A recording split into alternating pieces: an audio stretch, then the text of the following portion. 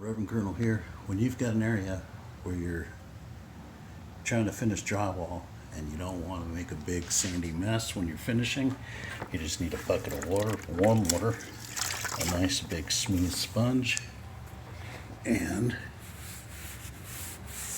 just rub it back and forth, do a few circles and stuff.